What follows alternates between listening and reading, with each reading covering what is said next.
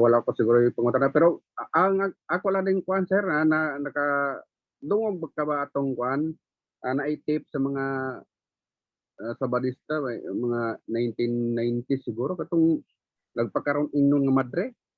Di tinuol gitong madre sir.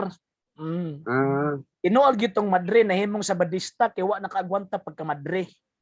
Pero so, okay lang ka. Ha? Pero daghan mang nag-ingon gud nga murag ilad tong iyang kuan ba kay nakangadto daw siya og kanang Batikan pero mali man ang iyang kuan, iyang salisay ba? Di. Ang iyang tawag anang gisulti nga madre siya tinuod to. Katong iyang butbot, kato ng iyang pagpangdaot sa simbahang Katolika mo to iyang butbot. Mamo lagi. Siya nakakuan siya. So para tuuhan siya, iyang gigamit ang iyang pagkamadre. So nahimo niyang tawag anang kung sa kuba, nahimo niyang credential nga tinuod ang iyang gisulti kay kuno madre siya dili oy. Wa nagpasabot nga madre ka, wa nagpasabot nga pari ka.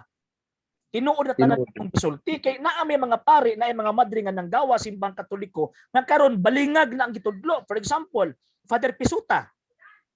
Di mo tumaong gitudlo ni Father Pisuta. Nakabasa mo ng mga comics si Father Pisuta?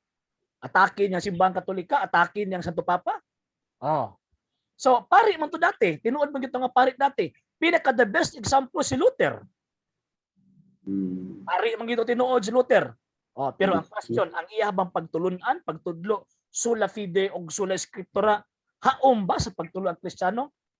Dili. So, dili basihan, dili garantiya nga tungod kay dati siyang pari, dati siyang madre, tinuod na ang iyahang tawag anang gisulti. Posible nga na ay tinuod, pero sigurado gyud nga daghan gyud bakat. So ang buot ipasabot kadtong madre nga ilang gipakatag nga tawag ini nga tape, half truth ang gisulti. Kung half truth ang gisulti, kauban ra na sa butbot. Nya ang amaan sa bakat mo biya ng yawa. So kadtong madre nga nagpakatag istorya against sa Santo Papa, anak to si yawa to.